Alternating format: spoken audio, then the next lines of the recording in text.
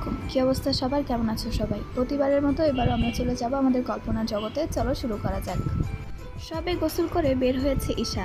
আয়নার সামনে দাঁড়িয়ে খিলখিল করে হেসে উঠল। হাসি থামিয়ে এদিক সেদিক তাকিয়ে কিছু একটা খুঁজল। চোখে পড়ল রাফেদ ভাইয়ের দেওয়া উপন্যাসের বইখানা। হাতে নিয়ে কিছুক্ষণ পর পর হাসছে।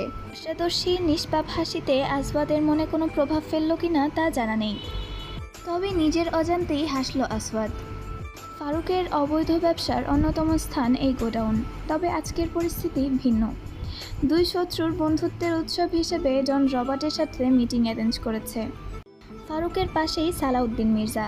তাদের লক্ষ্য একজনই, মেরাজ। অস্ত্র পাচারের জন্য রবার্ট বিখ্যাত, আরও নানান অবৈধ কাজের সাথে জড়িত এই কুখ্যাত রবার্ট।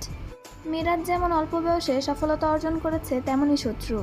ওয়াইনের গ্লাসে চুমুক দিতে দিতে সালাউদ্দিন বললেন, ছেলে দেশে ফিরেছে, এখন থেকে আমার সব দায়িত্ব আমার ছেলের।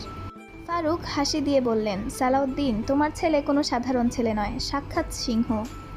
রবার্টের চেহারাই বলে দিচ্ছে আসওয়াদকে পছন্দ করে না সে। তবে মিথ্যে হাসি দিয়ে বলল, যাই হোক, মেয়রের বোনকে আমার চাই, বিনিময়ে আপনারা পাবেন $25 মিলিয়ন। হঠাৎ রবার্টের এই কথার মানে বুঝল না কেউ, তবে টাকা পাবে এটা বুঝলো ভালোই। ফারুক তৎক্ষণাৎ সম্মতি দিয়ে বলল, আমার ওপর ছেড়ে দাও, তবে ওয়াদার বরখেলাপ হয়েও না রবার্ট, টাকা দিলে মেয়ে পাবা।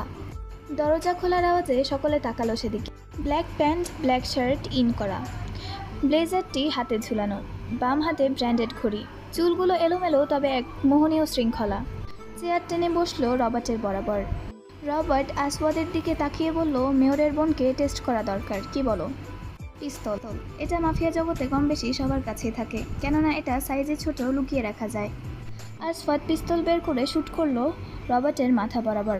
শীতল কণ্ঠে বলল, আমার শিকারের দিকে নজর দিলে চোখ উপড়ে ফেলবো বাস্টার্ড।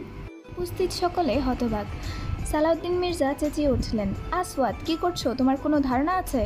রবার্ট জন অ্যাথেরিয়নের ভাই, রাশিয়ান গ্যাংস্টারদের লিডার। তুমি তার ছোট ভাইকে মেরে ফেলেছো, সেটা যদি সে জানতে পারে কি হবে ভেবে দেখেছো? কখনো আমরা পেরে উঠব না অ্যাথেরিয়নের সাথে। বিরাট সৈন্যবাহিনী ও বিশাল সাম্রাজ্য তার। আসওয়াদ কেবল এক শয়তানি হাসি দিয়ে উঠে চলে গেল। ফারুক লাশটিকে সরানোর ব্যবস্থা করলো।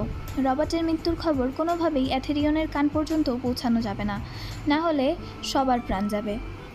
সালাউদ্দিন মির্জা বলে উঠলেন, আমরা প্রাণ হারাবো, আর না হলে অন্ধকার জগতের ক্ষমতা। রাত 10:45। ডিনার টেবিলে বসে আছে মেরাজ। চিন্তিত দেখাচ্ছে তাকে। 75 কোটির প্রজেক্ট মাত্র 30 কোটি টাকা ছাড়তে হয়েছে তার। বিরাট লসের মধ্যে দিয়ে যাচ্ছে। কেউ তো অবশ্যই তার মিটিংয়ে আলোচনা করার কথা বাহিরে প্রতিদ্বন্দ্বীদের কাছে দিচ্ছে। মেরাজ দেখলো ঈশা খাবার খাচ্ছে না। মেরাজ বলল, কিরে খাদক, খাবার সামনে নিয়ে খাবার খাচ্ছিস না কেন, কি হয়েছে তোর?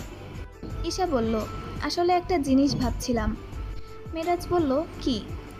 ঈশা আমতা আমতা করতে করতে বলল, আসলে তোমার আর কষ্ট করে আমাকে দিয়ে আসতে হবে না, নিয়েও আসতে হবে না। মেরাজ, আমিও তোকে এটাই বলতে চেয়েছিলাম, এখন থেকে ড্রাইভার তোকে দিয়ে আসবে, নিয়ে আসবে। ঈশা বলল, আরে না না, আমার কথা তো শোনো, আমি একটা ফ্রেন্ড পেয়েছি, এখন থেকে ওর সাথেই যাব, ওর সাথেই আসবো। প্লিজ ভাইয়া, না করো না। আর বিশ্বাস না হলে রামিসাকে জিজ্ঞেস করো, ও তো সবাইকে চেনে। রামিসার কথা শুনে বোধহয় কিছু একটা হলো মেরাজের। বড় করে নিঃশ্বাস ছেড়ে বলল, আচ্ছা। ঈশা ভালো করেই জানে রামিসার কথা বললে তার ভাই কখনো না করতে পারবে না। এটাকেই তো বলে সুযোগের সদ্ব্যবহার। তো ঈশা যাকে বান্ধবী বলে সম্বোধন করছে, সে বান্ধবী না, সে বন্ধু, রাফেদ ভাই। হ্যাঁ, রাফেদ ভাই। সেদিন থেকেই তাদের বন্ধুত্বের সূচনা হয়েছিল। ভালোই ভাব জমে গেছে ঈশা ও রাফেদের মাঝে। মেসেজেও টুকটাক কথা হয়, তবে ঈশা মনে মনে পছন্দ করতে শুরু করেছে রাফেদকে। পরদিন সকালে কলেজের গেটে দাঁড়িয়ে আছে ঈশা। ক্লাস করার ইচ্ছে নেই আজ। কলেজেরই এক বখাটে ছেলে শুভ ঈশাকে বাজে নজরে দেখছে।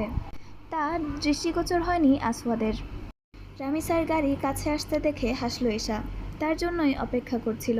কাল রাতেই তারা প্ল্যান করেছে দুই বান্ধবী মিলে লং ড্রাইভে যাবে।